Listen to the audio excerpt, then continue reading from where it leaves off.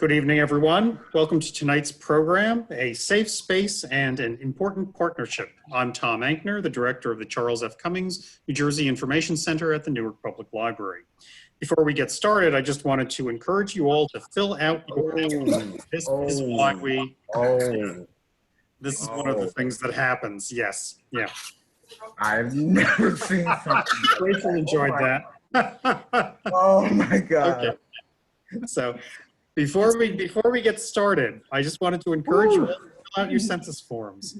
Filling out the census is one small but very important thing right now to help our city and our communities. If you haven't done so yet, please go to my2020census.gov and fill out the brief questionnaire.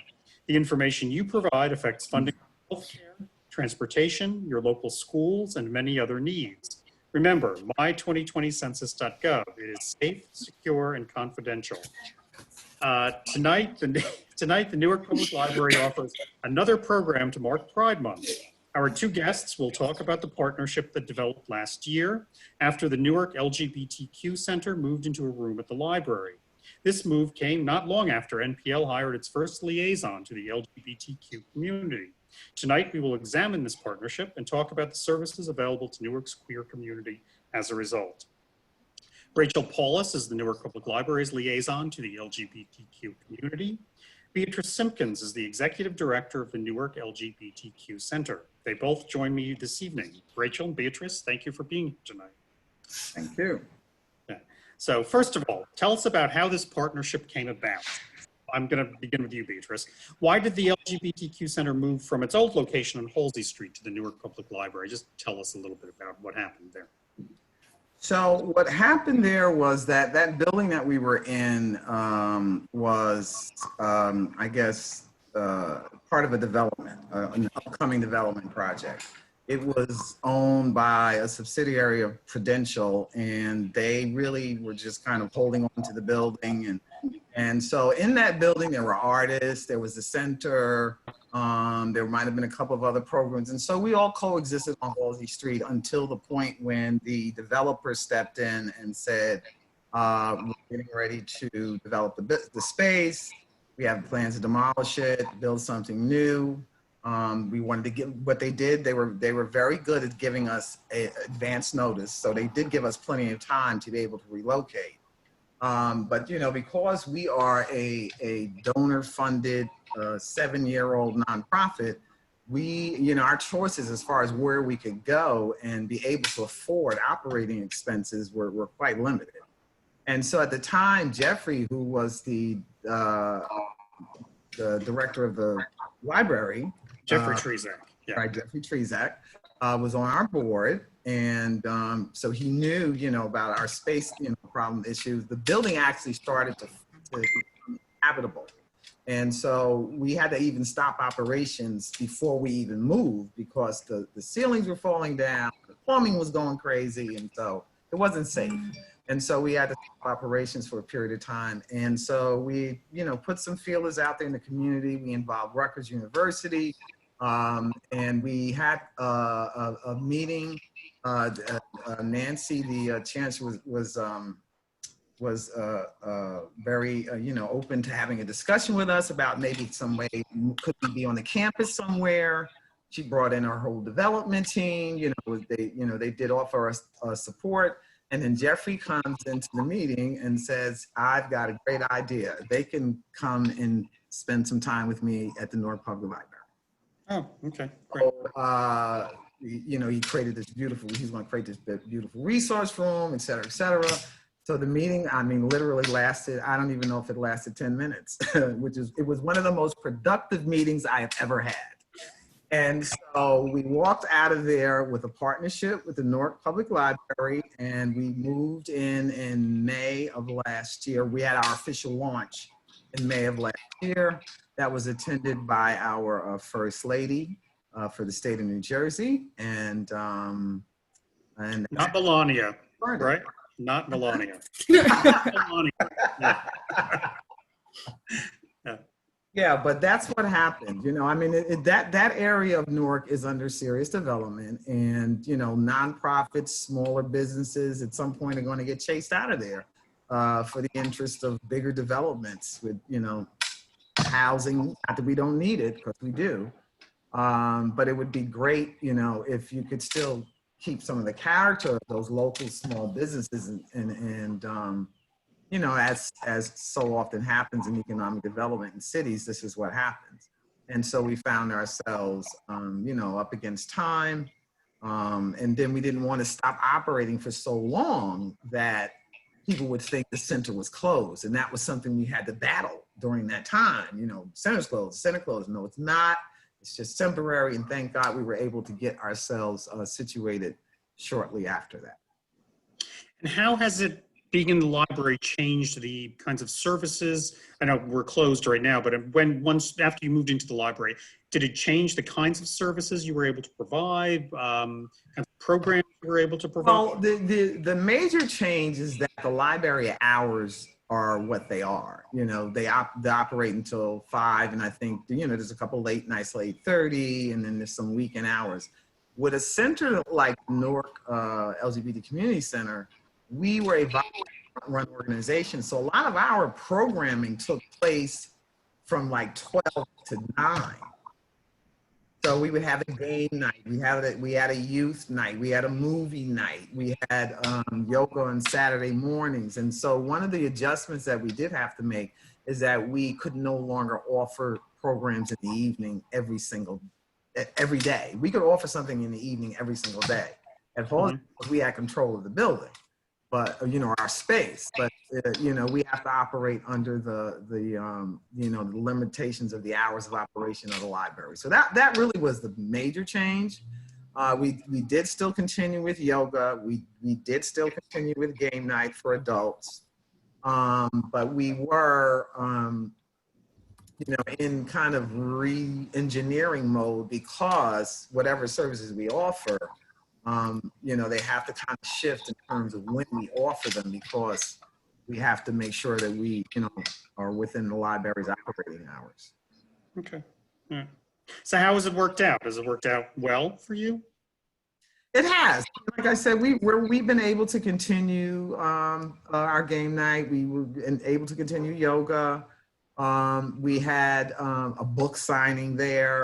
We've had a couple of celebratory events there, fundraisers, volunteer appreciation meetings, get-togethers. So we've been able to do those things because, we try to, do them at times when, maybe even working people can catch, the tail end of it, or, bigger events, of course, are different. And then like I said, there's a couple of nights that are late nights. So we can take an event until maybe 8:30, 9 o'clock at the most right now. And so it's been working out well. I had their full support. The room is spectacular. It's a great venue for meetings. It's a great venue for presentations, book signings. We can have like small fundraisers there. So yeah, we're satisfied with the how things have worked out so far. Oh, that's good. Somebody's raising their hand. If somebody has a question, you can type it in the chat box. Okay, we're not going to be taking comments. Not going to be taking verbal comments. People just type their questions in the chat box, and we'll get to them later. So Rachel, this move from the center to the library came not long after you were hired at the library to be the Newark Public Library's first liaison to the LGBTQ community. Tell us about how that came about. Why you were hired? Why it was, and just tell us about that. Okay. All right. So I started in February of 2019. A few months before we planned to have the grand opening, just to build the program and set up the room and everything, because Jeffrey had a vision that if we had the center here, it would be great to have resources and a place for the community to come and create that safe space in terms of social aspect and a library environment. And especially because we already have a number of special collections, like the New Jersey room, African American history room, the Hispanic collection. It just made sense that like this is an important thing in the community. Let's do it. So I found out about the job and was really excited because I never even imagined that that would be a career choice ever, you know. Yeah. As far as we know, in New Jersey, there's no other specific LGBT librarian with a entire collection and space, like a resource room. But in New Jersey, at least, that's something that is new.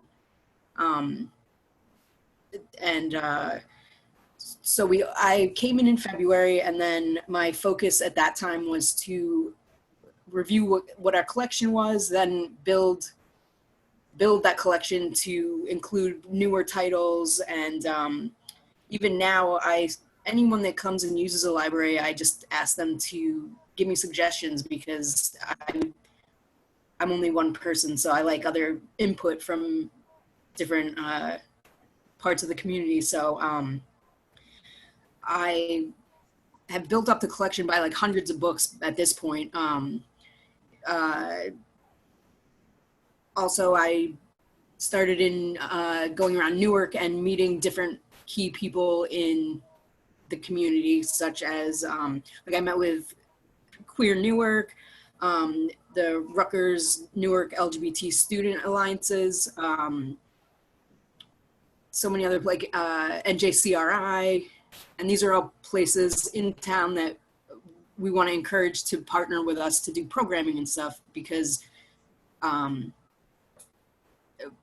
just to expand what's given to the community and let everyone know what's out there, because even I still don't know everything that's out there, and I've been doing my job for a year now. So it was really fun because I got to decorate the room how I wanted, because Jeffrey just let me. I was like, what do you want this to look like? And he's like, it's your world, do whatever you want. So that was a really fun thing to be able to do, to just take a space and make it something for the community.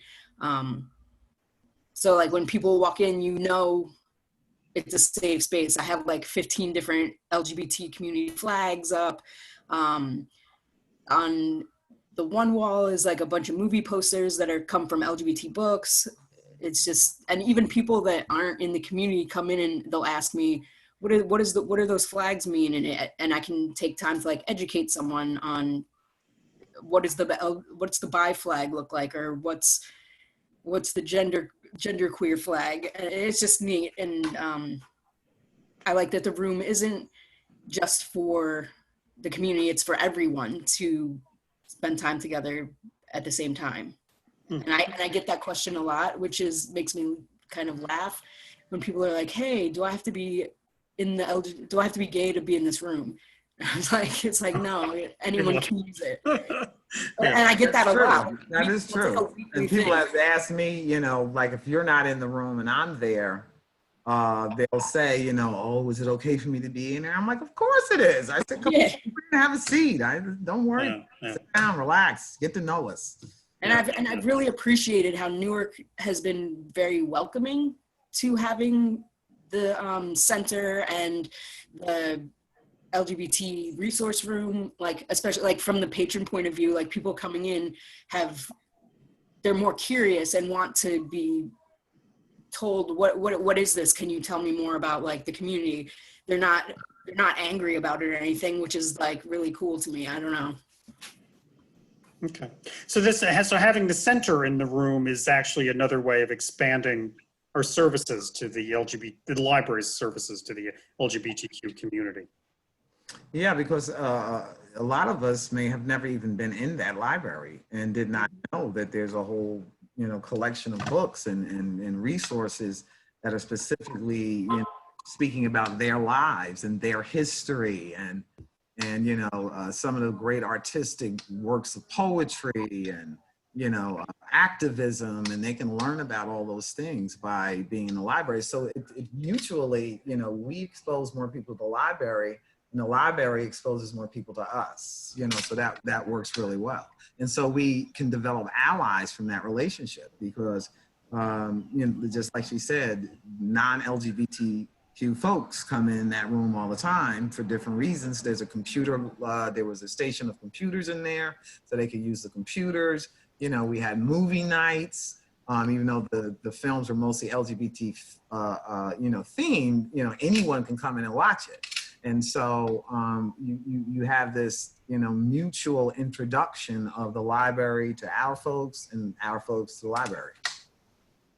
So there's, what was I going to say?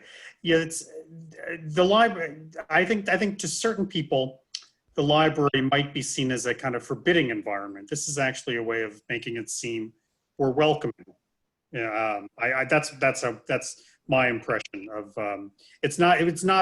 Libraries are not always so welcoming to LGBTQ people, and but this is one way of making us more welcoming to that community. I think that's how I felt about it. Well, it's just like Rachel said, you're probably one of the only people in any library, right, throughout New Jersey that has that kind of position. Yeah. So it's very forward thinking. The partnership concept was very forward thinking. Okay, that's good. What kinds of, I know right now, because the buildings are closed, you're not really offering any specific services, but when you were open, what kinds of things did you do? You mentioned yoga, you mentioned movie nights. I know there were like game nights, and wasn't there was some bingo or something? Yeah, a little drag bingo. Yes, we did. Yeah, why don't you talk a little bit about the kind of the services in the program? Drag bingo is something people absolutely love. It just amazes me how it packs a room. It really does. But it's a lot of fun. And so, people could come there and be themselves. I mean, we would have people who would approach us and say, hey, I want to do a fashion show at your center, and they would, do all the work and use the space. And we had open mic nights where we had, local poets would come in, and that also packed the room. And so really the real sense of what the center is a safe and welcoming space for LGBTQ people to come in and be themselves, explore their talents, find their way, be safe, and have community, on different activities. At one point we had I think it was a monthly a support group, social group for people 50 and plus. Just for them to get together, have a meal together, talk, because a lot of times, as you get older, sometimes people are single, they may be a little isolated. And so we would have that meeting to just, gather people together, to talk, to feel supported, have someone to talk to, and, create social networks, because it's very important, because a lot of times LGBTQ people can live in isolation. And so the center is a way of, bringing people out and giving them a place to go where they feel safe, and they can bring their ideas to us. I'd like to have that kind of programming or this kind of programming. We've promoted artists at the center and had original artwork in the center by different local Newark artists. And so it was a very thriving, active place. It really was. So Rachel, I think your video is frozen, but can we still hear you? Yeah, I can still hear. Yeah. So can you talk a little bit about some of the, you're moving a little bit now. So what during the COVID-19 lockdown, what have you been providing any kind of services to any virtual services? Yeah, so a few weeks ago, the social worker we have, Jessica, and I were approached by the social worker from the Mental Health Alliance in New Jersey to provide a weekly check-in support group type, just like a social check-in for LGBT community. So we've been doing that. This week will be the third week. It's on Thursdays at 4:00 on Zoom. So it's just a place for it's no age limit or anything. It's just for people to be able to check in with people in the community as a safe space. Cause I know for a lot of people, this quarantine has made their lives difficult, and they might be in a place where they might not feel safe, or might have to want to talk to people in the community about whatever, or just vent, So we've been doing that. Beatrice and I have been talking to an author that's going to do a virtual story time in July during what would be Newark Pride on July 14th. And we're just trying to figure different things we can do during this closure to keep people connected. But it's all just trial and error of seeing what people are interested in. So the Zoom check-ins that you've been doing, do you contact people, or do you just let them know that you're going to be available at a certain time and they come to you? Yeah, they just come in. We don't necessarily like reach out to specific people, but we just share it with local groups and just ask if they could share the flyer we made, and it's for anyone to drop in that wants to. So far we're trying to get the word out. It's been a little tough getting a crowd, but I've been reaching out to different groups, so it takes time. Okay. So Jerry Lee is saying that even with the building closed, the LGBTQ Center is available for referrals for services. So Beatrice, can you talk a little bit about that? You're providing referrals. Right, so people continue to contact the center. They contact us via email or they contact us via telephone because we had to have the phone finally resolved to bounce over to my cell phone. So when you call, you'll get someone. People can contact us through our Facebook page. So we do have people who call us because of different issues. We've had parents contact us because they were having issues because one of their children came out, and you know they needed help with navigating that. We've also had kids who either call or sent messages through the different platforms, you know, about their experiences with their family once they came out. We have people looking for, resources of different types, whether it be mental health or, maybe somebody might need access to free food, different things. Basically, a lot of service referrals and sometimes just giving people emotional support around family issues and youth and young adult issues when it comes to coming out, because that's a big issue for young people. And it also leads to high rates of homelessness within that population. And so a lot of homeless youth are LGBTQ, gender nonconforming queer youth who were put out by their families once they came out. And so sometimes that call can be very important in keeping that child in the house and keeping the family together. Because for some families, it's still, unfortunately, in these days and times, it's still, not with your child, not, conforming to society's pictures of who and what we all should be. And so, we do get calls, we still get calls, and we still make referrals. We actually were, even when the building was closed, we continued our work with the Newark Police Department. We are helping along with a group of other social justice and LGBTQ serving organizations and citizens working with the New York Public Police Department to design a culturally sensitive LGBTQ training for police officers. That's one of the most exciting and important things that we've been working on. We've been working on that for 2 years. And we finally got to the point, I will give all kinds of kudos to the Newark Police Department, because the group of folks that we're working with are quite professional and very open-minded and listen to us. And so I appreciate that very much, because now we've got a curriculum. We were all set to start the training, and then the coronavirus hit. But we had made a great deal of progress in that work. And so, the Newark Police Department seems very committed to, and you see all of these issues now, right? How police treat LGBTQ people, how do they treat Black LGBTQ people. You know, and of course, Black Lives Matter.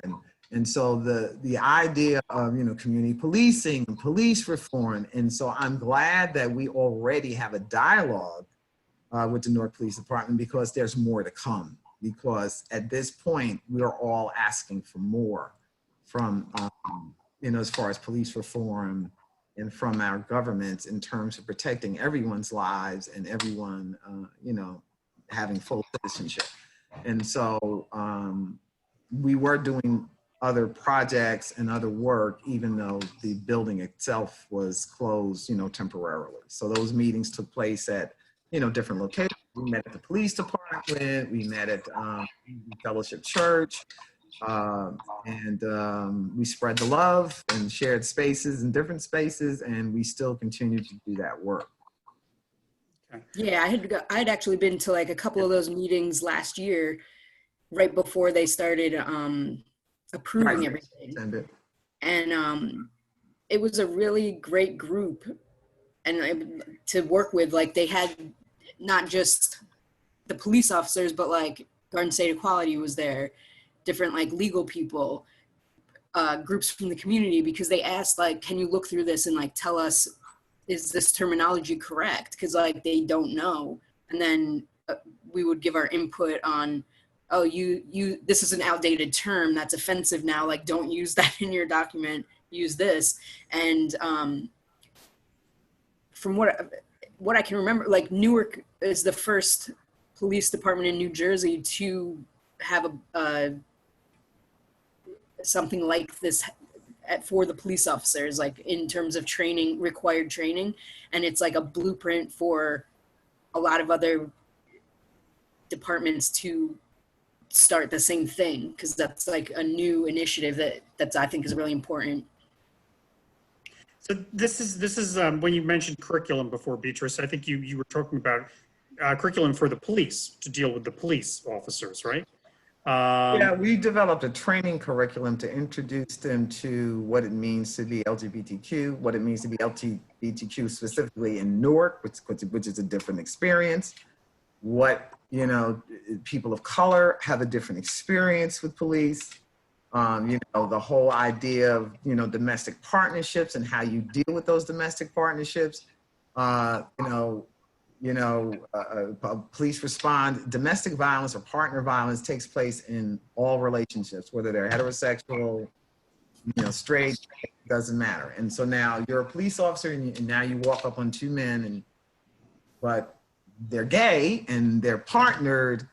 One may present, you know, is a non-gender conforming person. You know, how do you not offend that person by how you address them? You know, the whole issue of, you know, respecting trans people and their desire to use certain pronouns and be referred to in certain ways, and to be respected in that way. So, you know, they have to really understand the nuances of the complexity and the variety, you know, of human expression in the LGBTQ community, and especially community of color. And so we have been, you know, telling them, like Rachel said, the ABCs, the terminologies that are appropriate, you know, things you should not say. And some of it, honestly, is not just for us, it's for everyone. You know, being professional, being polite, non-accusatory, not good manners. Right, exactly. Yeah, that should work for everybody, not just us. We need more of that for everybody.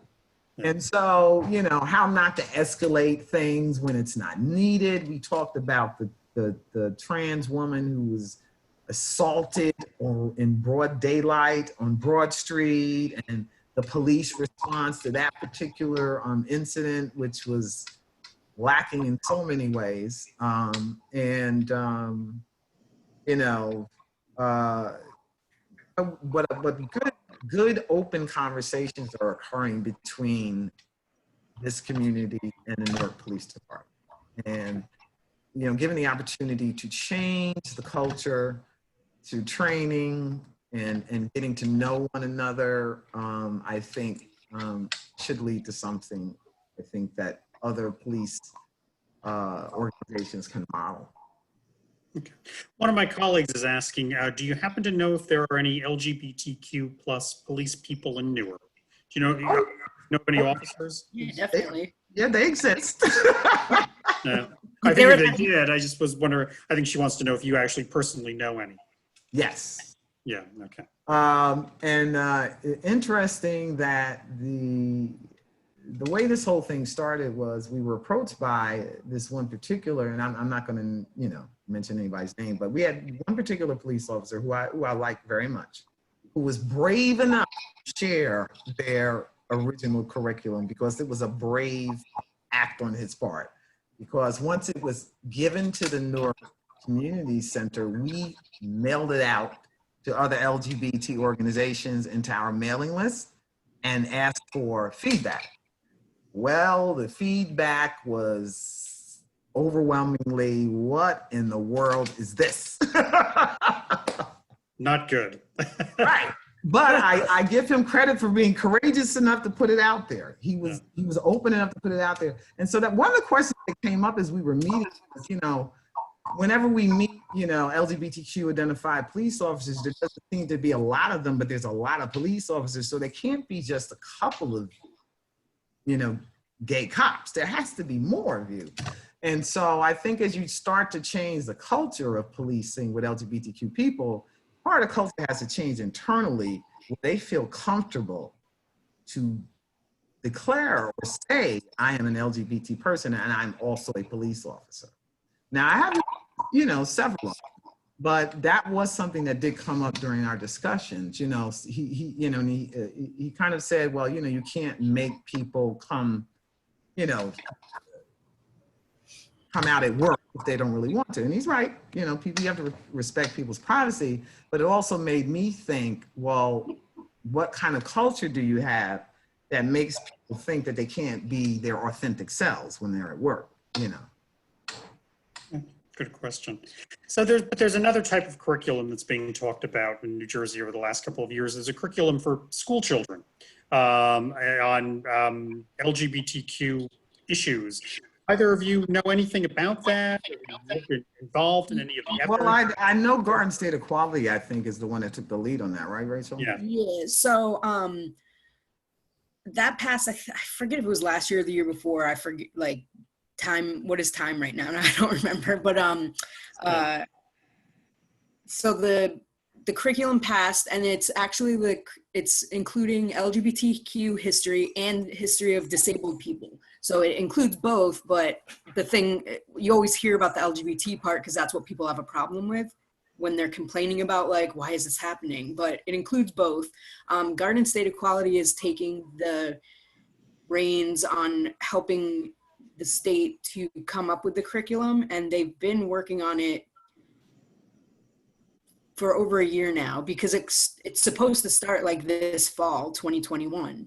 Mm-hmm. So, or 2020 to 2021 school year. So it's coming, but I don't know if it might change or not because of COVID, because they were doing different trainings and things that have had to be postponed and things because of the in-person meeting problems. But they've had a really great team because they have a whole, Garden State Equality has a whole team for children and school services. So they've been coming up with the plan and what should this include. And even, it had to have been last spring, me and a few librarians from Newark met with the Newark school librarians because they have an annual meeting. So we met with them to talk about how can we best work together to serve the children of Newark in at the same time. So I was pretty new at the time. It was probably in May when we first started. Oh, we lost Rachel. I think we lost your audio. We lost your audio, Rachel. Yeah, we can't hear you. So let's see. Let's try. Okay, is it back? Oh, there we go. Oh, we got you back. Oh, no, it's not yet. I thought that was. Down? Is it back? Oh yeah, I think we can hear you now. Yeah, okay. Go ahead. Sorry. So the one thing I talked to the librarians from the public schools, they asked for a K through 12 list of book suggestions for appropriate grade levels like early readers, mid-level, and young adult. So I made those and made it available on our website and emailed it to whatever school officials were interested. So that's available now on our website. Like npl.org/LGBTQ-resources-center that has a bunch of information. So Or go to the LGBTQ page, and then you can probably find a link to it there. yeah, that's where it is, under collections. And so the work is being done on like a higher level than just city by city. So I guess we'll have to wait and see how it's going to pan out, and if they need the how the library can work with schools to best help them with the curriculum. Yeah, and the center's involvement with schools has been about trying to make schools a safer place for LGBTQ and gender nonconforming youth. We worked, while we were not physically in the building any longer, we were doing workshops at Barringer High School around helping families deal with what happens when their child comes out. And so there was some, oftentimes those young people are bullied by their classmates. And the Barringer does have an affirming ally group, alliance group of not LGBT and non-LGBT youth. And so they asked the center to come out and speak to some of the young people and also to the parents about, how to navigate the announcement of, understanding and the desire for your child to live as their authentic self, whether they be trans, whether they be gender conforming, however they identify, and how to help those families deal with those issues. And also how to help kids deal with the bullying. Because honestly, a lot of what I talked about when we had just kind of one-on-one conversations was that a lot of the children are, they're a little scared. They're scared of being bullied. They've seen other kids get bullied. And it's a lot of pressure on them in the school environment to, to live as who they are. Sure. Yeah, that's something a lot of us went through in high school. Yeah, that's so my colleague has shared the address in the chat box to the LGBTQ Resource Center at the library if you wanted to.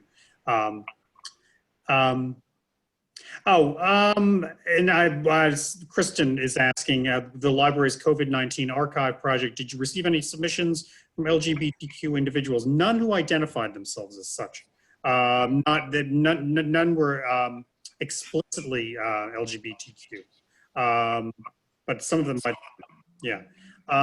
So now you mentioned, you spoke about police officers and in Newark, and Newark is of course a majority Black city. With the recent Black Lives Matter activism, have either of you gone to any of these protests, or have you been active?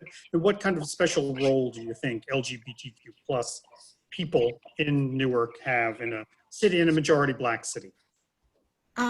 So I haven't been to anything in Newark itself, but I know that a few weeks ago, Queer Newark and a few other organizations in the city had a queer Black Lives Matter gathering that was very well attended. From what I so that was organized, really, it was quite amazing how fast it was organized. Yeah. So the board chair of the Newark LGBT Community Center received a contact from SOMA, and then all of a sudden there were all these different organizations involved. The Uni Fellowship Church, Laura was very outspoken and a key leader of the group.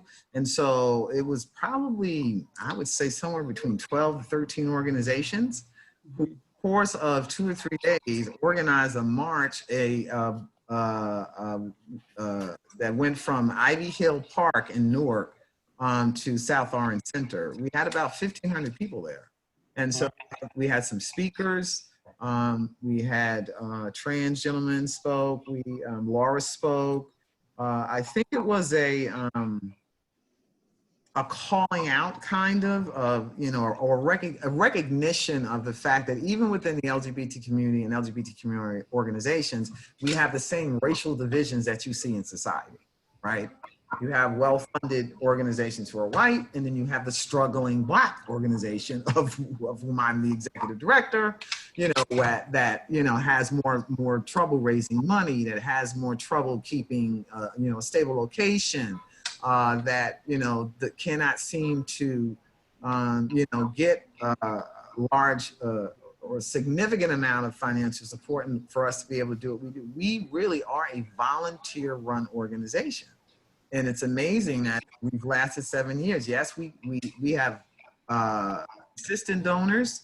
It's our donors that keep the LGBTQ Center's doors open. It is. It's our personal, private donations. And so we very swiftly organized this support for Black Lives Matter, Queer Lives Matter, gathered at Ivy Hill Park. And we marched up to South Orange. So yes, we have been involved in protests. You can expect to see us protesting somewhere else, I'm sure.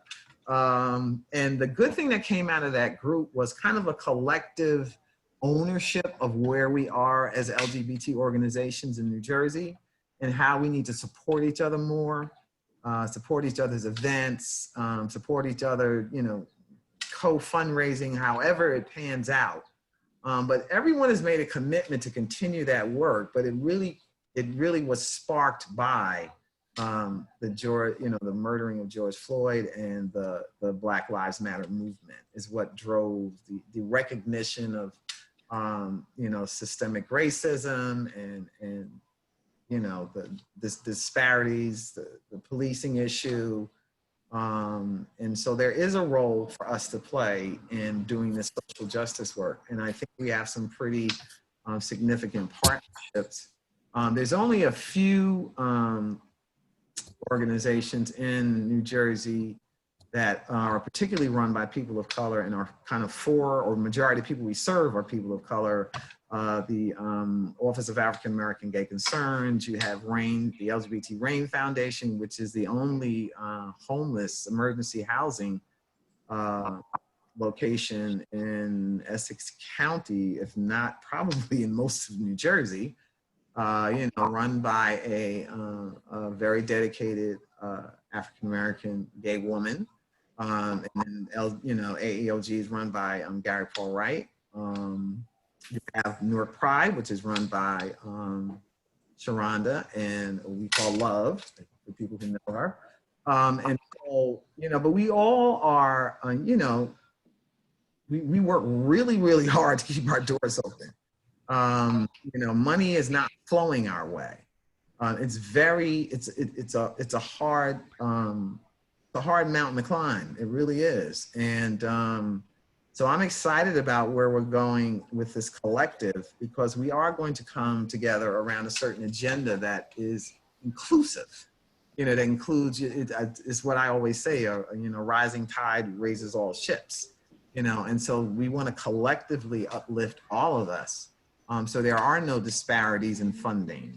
There are no disparities in support, because we are all, you know, looking after one another in a way that we should. Okay. Christina Strasburger very nicely included a couple of links in the chat box. One for the Newark LGBTQ Center, the link to donate. So it's newarklgbtqcenter.org/donate. And she also included a link to the march that you were talking about just now. It's from the Queer Newark site. That link is in the chat box too. Yeah, the march was called Walk With Us. And it was a very diverse crowd of people, allies, LGBTQ people who marched from Ivy Hill to South Orange Center. Yes, okay. So once we reopen, do you have any plans? I know it's going to be a while before really we're well, any of us are going to feel comfortable going out in large groups of people that we don't have to be. So it's any plans for when we reopen? Begin with you, Rachel. Any plans that you are planning now? I guess one of the things I'd been contacted about over this closure was doing drop-in HIV testing. So that's something like once this were reopened, we'll work with the I think it was through NJCRI, and they have like a van that'll come to sit outside the library for part of the day. And I feel like that can be something easily continued even with restrictions. And I think part of it is still trying to find the balance between virtual and in person. And maybe we can utilize the outdoor space while the weather's nice. Because we always had, like, I know like the dance parties and stuff, but like even just having some kind of outdoor event.